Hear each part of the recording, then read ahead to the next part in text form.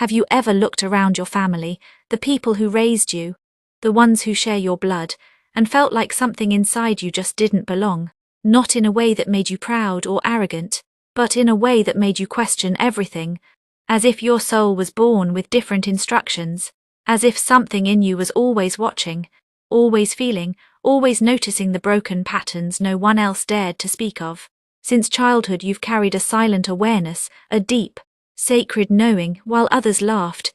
You observed while they looked away. You paid attention. You felt the tension in rooms that others called peaceful. You noticed the wounds no one acknowledged. And somewhere deep inside you believed that maybe, just maybe, it was your purpose to stop them from continuing. That's not just empathy, that's divine assignment. In every bloodline there comes one soul chosen, not chosen to be perfect, or praised or accepted, but chosen to break the chain, to heal what others buried, to face what others denied, to become what others were too afraid to imagine. And often that person is the one who never quite fit in.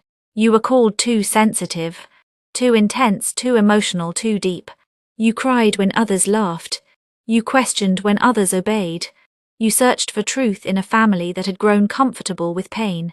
But that sensitivity, that spiritual radar, that deep discomfort you carry in places others call home, that's not dysfunction.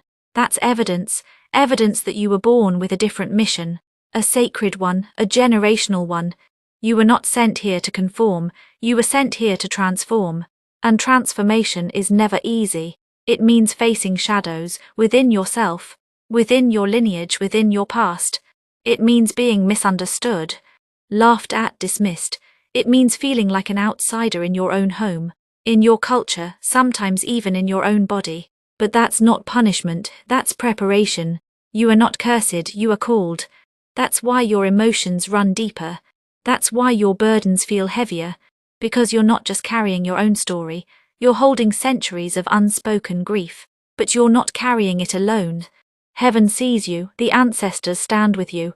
And every time you choose healing over silence, truth over denial, love over fear, you are changing everything. You may not be thanked for it. You may not even be seen, but you will be remembered as the one who said, "This ends with me," as the one who walked through fire and didn't let it consume them, as the one who turned pain into wisdom, trauma into transformation, silence into sacred truth. That's what chosen ones do, not because it's easy, but because their soul made a covenant long before this life began. So if you feel lost right now, if you feel like no one understands what you're carrying, don't give up. This isolation you feel, it's not abandonment, it's refinement.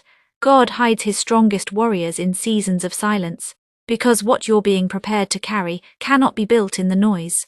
The world may not know your name yet, but the spiritual realm already does. Keep going, keep healing, keep rising, because your story is not just yours. It's a divine blueprint, a sacred echo through time. And one day, when someone in your future family feels lost and broken and unsure of who they are, they will look back and find strength in your footsteps. You are not just healing yourself, you are healing a line, a legacy, a future you may never see, but one that will forever be marked by your courage to change everything.